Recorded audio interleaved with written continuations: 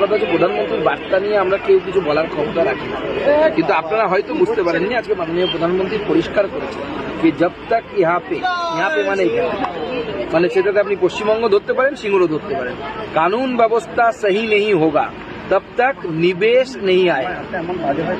এর থেকে পরিষ্কার লাইন আর কি করবেন? যতক্ষণ পশ্চিমবঙ্গে আইন শৃঙ্খলা না নিয়ন্ত্রণ হচ্ছে বা ঠিক হচ্ছে ততক্ষণ পর্যন্ত পশ্চিমবঙ্গে ইনভেস্টমেন্ট আসবে। এটাই তো বার্তা। তার মাননীয় প্রধানমন্ত্রী বলে দিয়েছে ল অ্যান্ড অর্ডার ঠিক না করা পর্যন্ত পশ্চিমবঙ্গে নিবেশ আসবে, এখানে নিবেশ আসবে। উনি এখানে ইহা পে এই শব্দটা ব্যবহার করেছেন। তো হিন্দি হয়তো অনেকে কম বোঝেন, সেটা অসুবিধা হতে পারে, কিন্তু তৃণমূল হতাশায় আছে। মোদীজির বক্তব্য আজকে পরিষ্কার, বিজেপির সরকার তৈরি হবে, ল অ্যান্ড অর্ডার ঠিক হবে এবং এখানে শিল্প আসবে।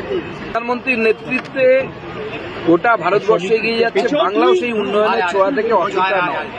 কালকে উনি প্রায় 3200 কোটি টাকার প্রকল্প মালদাতে করেছেন, রাষ্ট্রকে দিয়েছেন।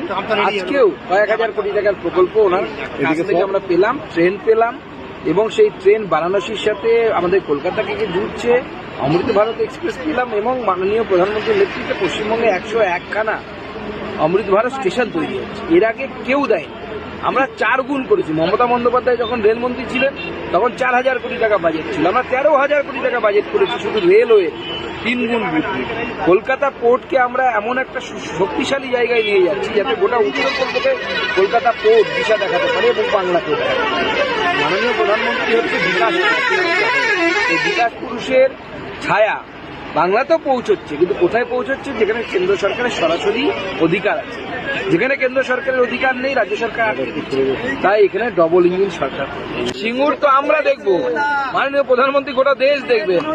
সিঙ্গুরের শিল্পায়ন ভারতীয় জনতা পার্টি করবে, ওটা আমরা দেখবো, আমাদের দায়িত্ব। আমরা তো দায়িত্ব নিয়েছি যে টাটার কাছে যাব, আমরা যাব, বিজেপির নেতারা যাব পশ্চিমবঙ্গে বিজেপি সরকার তৈরি হওয়ার পর।